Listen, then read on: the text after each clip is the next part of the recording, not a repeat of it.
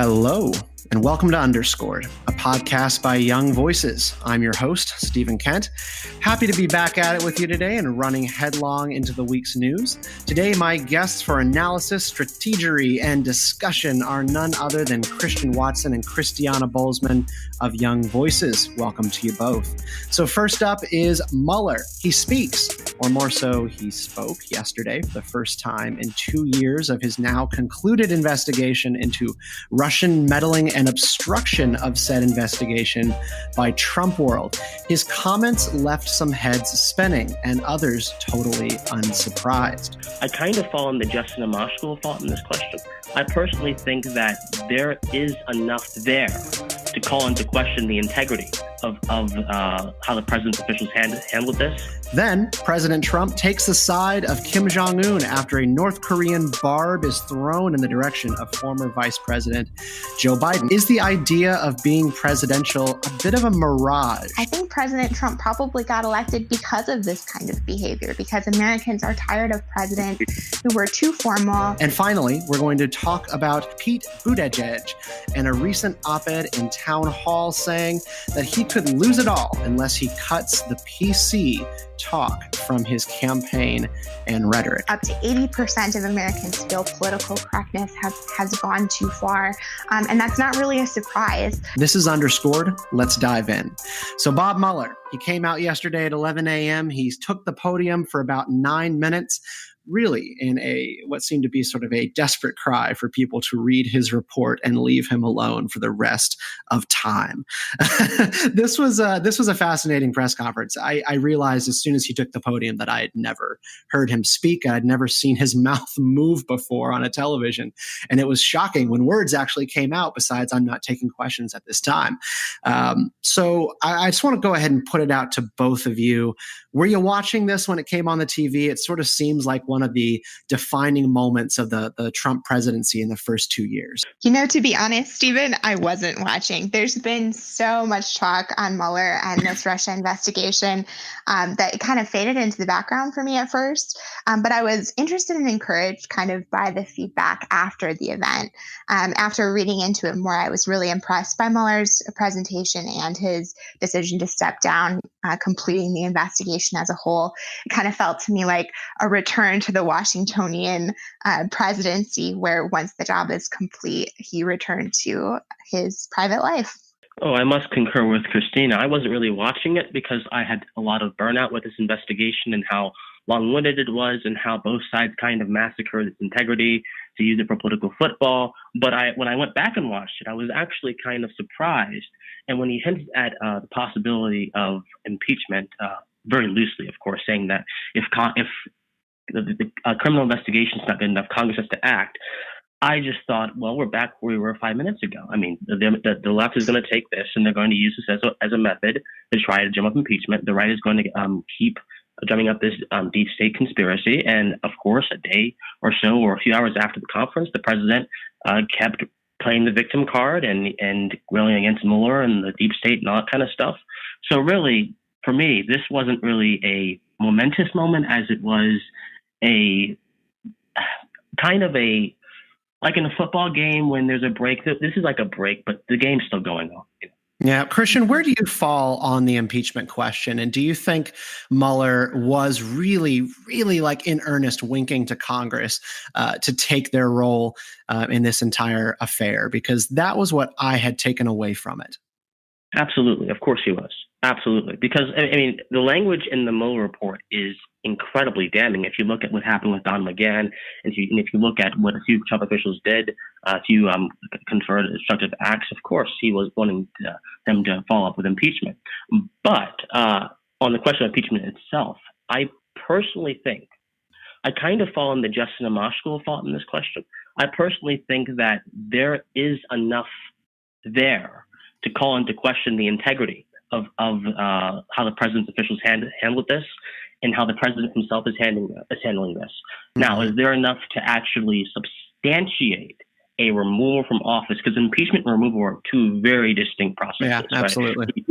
You can be impeached easily. I mean, and with how President Trump is going back and forth with Nancy Pelosi and a few other members of the Democratic conference, it seems that impeachment might be like it, but is he going to be removed? That's what actually matters. High crimes and misdemeanors. It's completely open for interpretation. Kristiana, what do you sort of make of the divide here? It is kind of interesting that you have Nancy Pelosi kind of pushing back against the calls for impeachment. She seems to be making a political calculation to defend Democrats from blowback in the upcoming election. But then you have Republicans, or really in their hearts libertarians like Justin Amash, saying like, we've got this all wrong and we are not bold enough with impeachment. Honestly, it strikes me as being a political move, really possibly even just postponing an impeachment process until closer to the election. We've seen so often that these momentous occasions happen, but at the wrong time. And so they don't influence the election in the way that the instigators may have liked. And so it would make sense to me if I were in Pelosi's position to hold off on an impeachment process as long as possible until we really get closer to the 2020 election. And then if you can have a successful impeachment process, even if it doesn't involve removal, it could severely impact Trump's election prospects. So I think that really might be what she's aiming at. As far as the libertarian perspective on impeachment, I tend to be less on the libertarian side of things, in that I think it's probably unwise to push impeachment unless you have strong justification for it. And what that means, of course, is going to vary, but it can really have, I think, international blowback if you were to impeach and then remove a president over and over and over again, or to a larger degree than we have in the past. Well, I would concur in the sense that impeachment shouldn't be like buying candy. It shouldn't be something that is just handed out whenever we have political disagreement. But if there is serious cause for concern about the actions or the conduct of government officials, that should at least be aggressively interrogated. And if, as it seems with this Mueller report, we can determine that there is something there that may have constituted a possible criminal offense, we must consider impeachment. That's not using it as a sort of political tool necessarily. It's actually using it for what it's supposed to be for. But I would agree with you. It shouldn't just be handed out like candy, but it should be considered when there are serious circumstances that substantiate it. And in this case, I think there is. My concern. Go ahead, Kristiana. I was just going to say, add a note of caution there. I think it's really dangerous when we have a political divide as serious as we seem to have today between Republicans and Democrats, that in one way or another, we're going to find a serious offense that we're going to try to charge someone we dislike with. That was the case with Obama. There were talk of impeachment then. There's talk of impeachment now.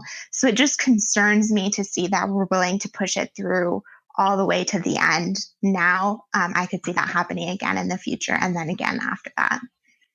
My concern here is that impeachment is something that sort of embodies, I think, a natural and embedded jealousy that the Congress is supposed to have of executive power, and a desire to keep them in check whenever they get the opportunity. And even in this context where you have Democrats who very much want to check the Trump administration, they're playing politics with impeachment because they saw the last time that it was used that ended up blowing back a little bit on the Republicans in terms of their goals. So I think that they're sort of abdicating their responsibility in this context in hopes that they can just have the White House in return. Kristiana, with Bob Mueller sort of exiting the stage yesterday, and Nancy Pelosi and other Democrats sort of hinting that they still want him to testify, that they want to drag him in front of Congress, do you think this is the last we have heard from Bob Mueller?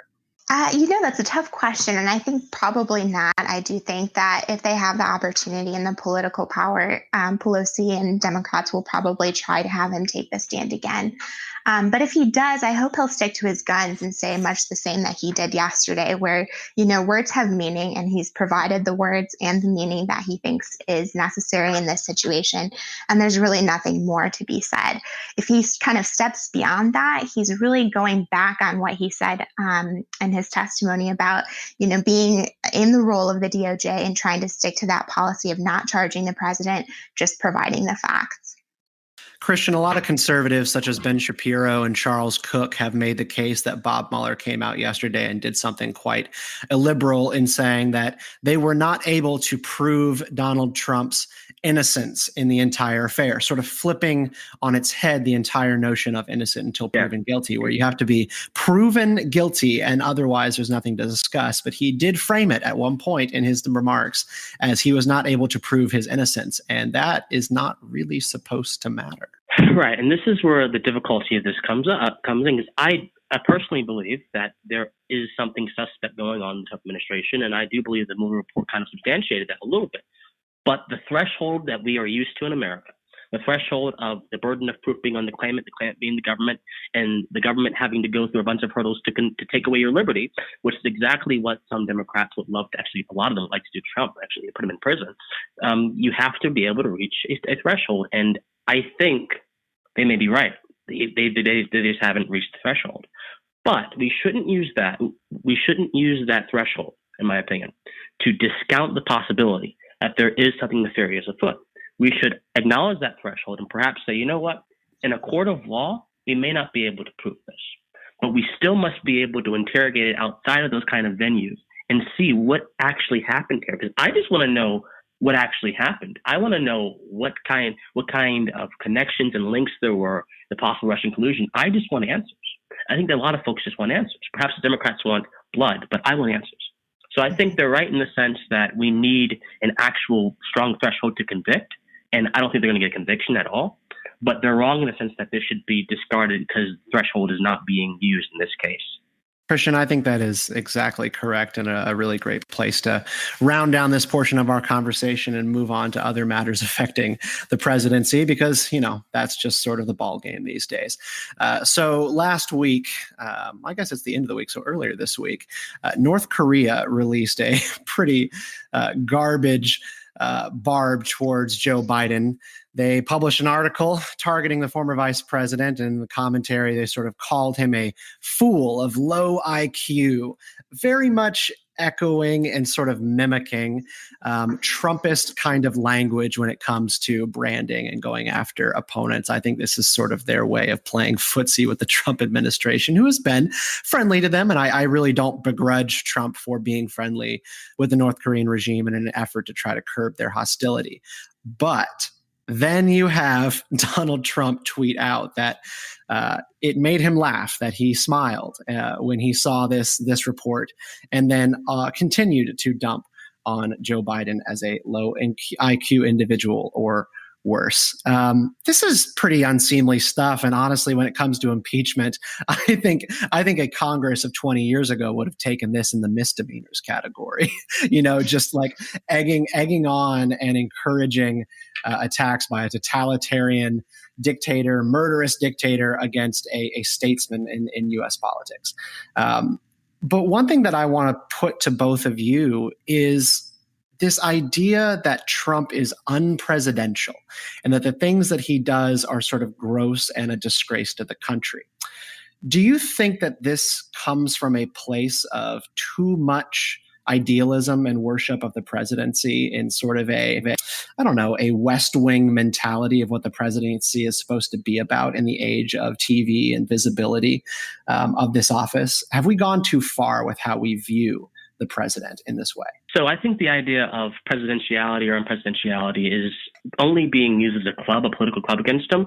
Because look, the idea of presidentiality has changed throughout the decades of our country, throughout the past few centuries.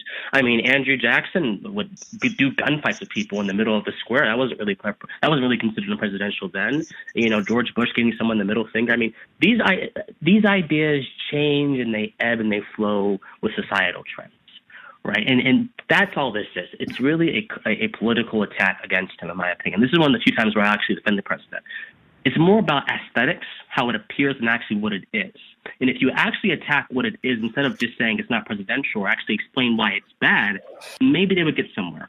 But as long as they continue to use these labels to try to invalidate him, they're not going to get anywhere with this. I have to agree with Christian on that one. As far as the labeling, without getting into much depth, you're just kind of attacking the president for what he's saying and not really the policies that he's enacted or the enforcement that he's followed through on, which is the role of the president.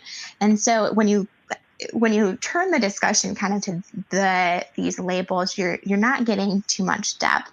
But on the other side of the coin, I think President Trump probably got elected because of this kind of behavior, because Americans are tired of presidents who were too formal, who said what they thought people wanted to hear rather than what they actually believed, and in the words that really resonate with the people living their daily lives.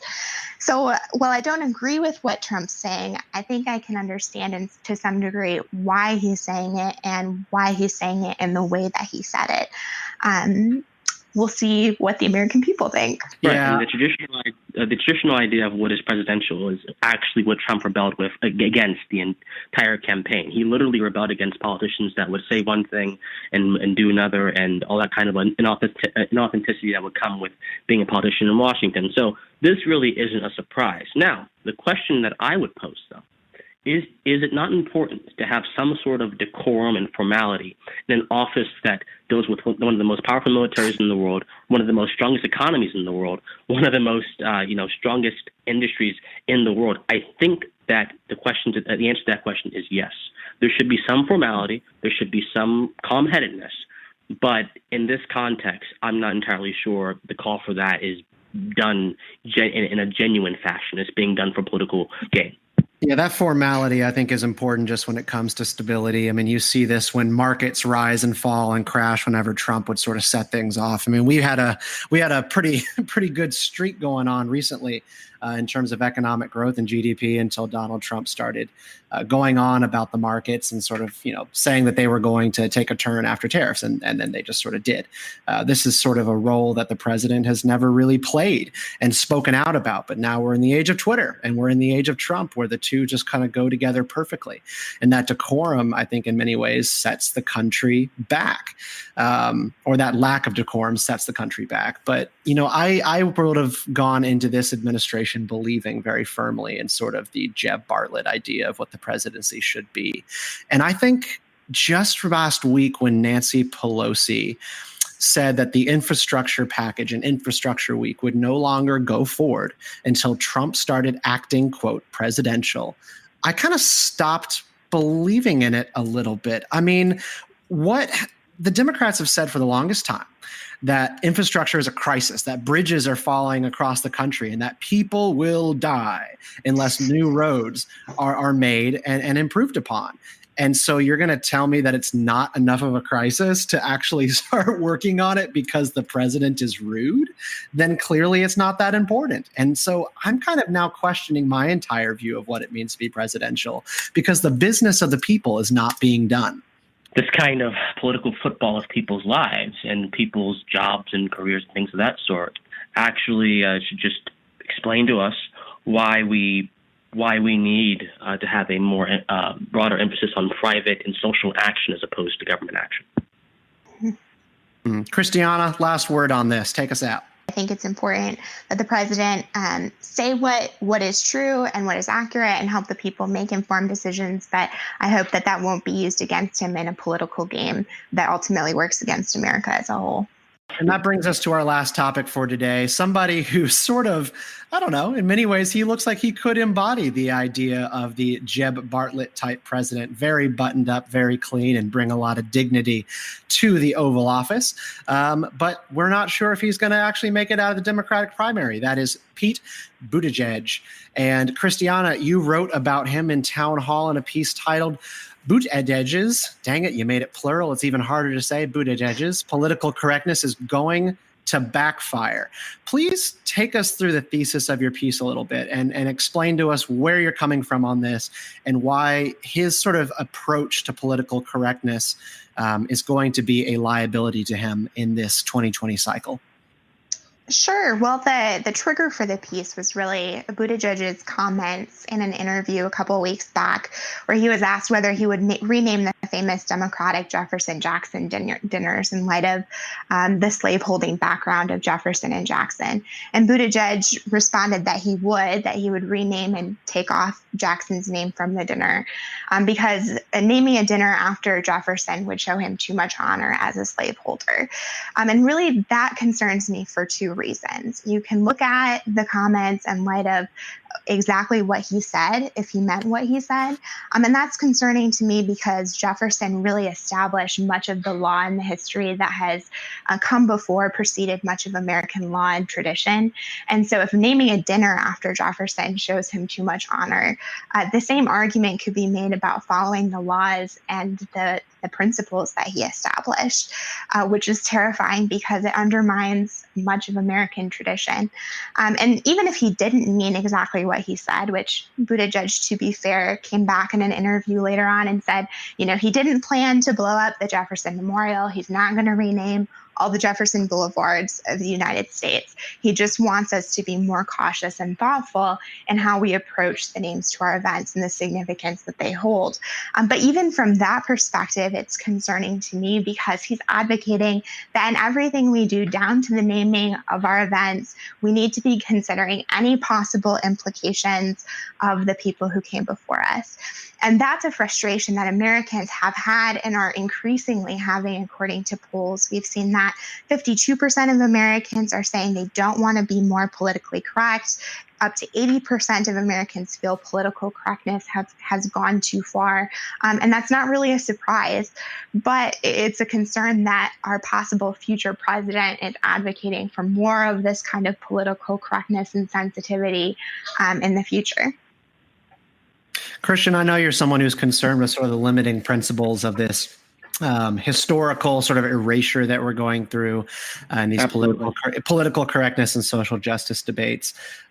Do you think that Pete Buttigieg was actually being pretty sincere in his remarks about the dinner and sort of his broader concern that he might then sort of, expand to other parts of American life? I think to say that would be to embrace the slippery slope idea, and I don't think that's what Buttigieg is trying to get at. But what he certainly is trying to do, his comments suggest two things to me, which are very concerning. Number one, it suggests that he does not have a linear view of time. Time for him it didn't happen in 1700s. It still affects people today, right? And so by bringing back the actions that happened long ago, of whom no one who was directly affected by them are alive today, he's engaging in necromancy. And by engaging in necromancy, he is spreading its effects, is making people actually think, you know what? My great or whatever grandmother was a slave or what have you, and I'm black and he had black slaves. Therefore, maybe we should take down that symbol of some sort of like my oppression or whatever. And it's ridiculous. It's absolutely ridiculous. But he has to do this. I think he has to do this because, number one, he is being imposed upon with the moderate label. And he's not a moderate at all, but he's being imposed upon by that. And people in the Democratic Party in this day and age is not going to elect a quote-unquote moderate. They're going to elect someone very far to the left that can challenge Trump on everything. And number two, I also think that he has a little bit of, guilt himself about what white folks may have done back then. And this is a very common thing, but again, that is also very unfounded because he had no part in it himself. So I think a lot of this is just victimhood and resurrecting old ills that need to just die and stay dead in the past. And, just to follow up on that, I think I think Kristian's perspective is really interesting, the perspective of linear time. But I think it also can undermine, in a way, the value that these presidents have given us, because we do want Jefferson's principles and all that he's done to follow us through time. We want the Declaration of Independence to be true when it says that all men are created equal. And that is what we've used to get rid of slavery, to increase equality, to bring women into the workforce. There have been all of these huge positive developments that have happened because we believed in Jefferson and we believed in his principles. So I don't think it's fair to erase that because he was in the past and what he's done is in the past. I think it's just important to recognize that no man is perfect and that we have all made mistakes, and our mistakes in the future could be looked back upon as greater mistakes than we realize they are in the present. And that's something that's going to be true regardless. So to say, we shouldn't honor someone because they did something wrong is a problem not only for characters of the past, but also for characters of the present. And it's kind of an unfair standard to establish as a president, be you moderate or otherwise. And if I might point out something, I think you said this in your piece, Kristiana, the principles that Jefferson wrote down in that Declaration of Independence, the principles that he wrote down, the principles that the founders fought for, are universal. they are inherently universal. All men are created equal. All men. Now, of course, at that time, the reality of that wasn't acknowledged or realized fully. But I like to think over the course of our 200 plus years as a country, that reality has been more universalized and has been acknowledged and recognized by more people. So even if he had problems himself, those were individual problems, not problems with the principles that he actually espoused. Absolutely. I would absolutely support that. And I think that's a reason why it is important to honor those kinds of individuals who've made these huge contributions to recognizing those exact kind of universal principles, but understanding that they're imperfect and that when we honor them, we're not honoring what they've done wrong. We're looking to what they've done right. Oh, absolutely. Kristiana, thank you so much for talking a little bit about your piece in Town Hall and walking us through your argument. And Christian, to really diving in there and sort of giving us another side of that perspective. I think it's time to round down, and that brings us to our In Case You Missed It segment, where we all share some news or entertainment that we are following with interest that we think you should know about. I want to throw it first to Kristiana. Kristiana, what have you been watching? Sure. Well, there's a recent study that's really interesting. Everyone should look it up on Common Core. Just came out last month from the Center on Standards, Alignment, Instruction, and Learning. Has some really interesting findings on how Common Core has affected student performance. Turns out performance has dropped significantly since the Common Core standards were established, which really, I think, could feed conversation, especially in presidential election talk, as we're looking at education as such an important election issue. So check it out. Christian, what about you? Well, mine's going to be a little bit more political. Marianne Williamson is a candidate for the Democratic presidential nomination in 2020, and she is kind of flying under the radar, but I think she is perhaps the most interesting candidate in running at all right now. For those who don't know who she is a spiritual guru, sort of like a Deepak Chopra of sorts. She's one of Oprah's spiritual advisors. She's had several New York Times bestsellers. She's a sort of public intellectual of sorts. And she is running a quote-unquote spiritual candidacy. And the reason I think this candidacy is so interesting is because she's departing from talking points. She's departing from canned, remembered lines, and she's actually delivering this stuff from a place I don't think we've had any presidential candidate in the history of this country deliver it from. So I think that she's going to be very interesting to watch. She just secured a spot in the debate this week, and so I think that she's going to be very interesting to watch, and that everyone should look into her. All right, and I am watching Disney World down in Orlando. The launch of Star Wars Galaxy's Edge is underway. This has been a massive project to really shift, I think, the entire theme park experience towards experiential travel and role playing and getting immersed in worlds. Star Wars and Marvel changed the game for film franchises and really sort of building out entire universes that we can live in, read about, see on screen, and now experience. And I would expect Star Wars Galaxy's Edge, where you can actually go and live inside a corner of the Star Wars universe and play as a character yourself and interact with people who are role-playing throughout the day and the night, to just be the beginning of what we're going to see from theme parks. And I guess what really set it off was the Harry Potter experience. Also in Orlando, but I have no doubt that Disney's going to do it better, and I cannot wait to get down to Orlando and fly the Millennium Falcon myself. That is just going to be a dream. All right, that brings us to the end of this episode of Underscored. Big thank you to my guests, Christian Watson and Kristiana Bolzman, both of Young Voices. You can find them on Twitter by going into our show notes and clicking on their names, and you can follow them as well. Lots of great stuff that they're producing all the time. I've been your host, Stephen Kent, and this has been another episode of Underscored brought to you by Young Voices. You can find out more about us at www.young-voices.com. Thank you for listening, and we'll be back next week with more. Until then, stay free.